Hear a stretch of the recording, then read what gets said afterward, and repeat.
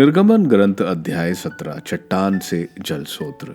इजरायलियों का सारा समुदाय प्रभु की आज्ञा के अनुसार सीन के मरुभूमि से चल पड़ा और बीच बीच में पड़ाव डालकर रफीदीम पहुंचा। वहां लोगों को पीने का पानी नहीं मिला और वे यह कहते हुए मूसा के विरुद्ध बिनबुनाने लगे, हमें पीने को पानी दो। मूसा ने उनसे कहा, तुम मेरे विरुद्ध क्यों भुनभुनाते हो? ईश्वर को चुनौती क्यों देते हो? लोगों को बड़ी प्यास लगी और वह यह कहकर मूसा के विरुद्ध भुनभुना रहे थे, क्या आप हमें इसलिए मिस्र से निकाल लाए कि हम अपने बाल बच्चों और पशुओं के साथ प्यास से मर जाएं? मूसा ने प्रभु की दुहाई देकर कहा, मैं इन लोगों का क्या करूं? ये मुझे पत्थरों से मार डालने पर उतारू है। प्रभु ने मूसा को यह उत्तर दिया, इज़राइल के कुछ नेताओं के साथ साथ लोगों के आगे आगे चलो। अपने हाथ में वह डंडा ले लो जिसे तुमने नील नदी पर मारा था और आगे बढ़ते जाओ। मैं वहां हरोब की उस चट्टान पर तुम्हारे सामने खड़ा रहूंगा। तुम उस चट्टान पर डंडे से प्रहार करो, उससे पानी फूट निकलेगा और लोगों को पीने को मिलेगा।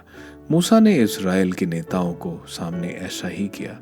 उसने उस स्थान का नाम मासा और मरीबा रखा क्योंकि इज़राइलियों ने उसके साथ विवाद किया था और यह कहकर ईश्वर को चुनौती दी थी, ईश्वर हमारे साथ है या नहीं। अमेलिकियों से लड़ाई। अमेलिकी लोग ने आकर रफीदीम में इज़राइलियों पर आक्रमण किया।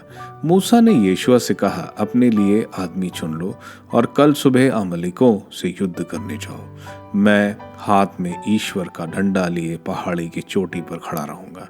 मूसा के आदेश के अनुसार यहोशू अमेलिकों के युद्ध करने निकला और मूसा हरोन तथा हूर पहाड़ी की चोटी पर चढ़े।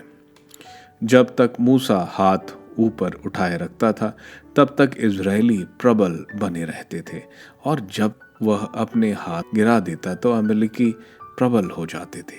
जब मूसा के हाथ थकने लगे तो उन्होंने एक पत्थर लाकर भूमि पर रख दिया और मूसा उस पर बैठ गया।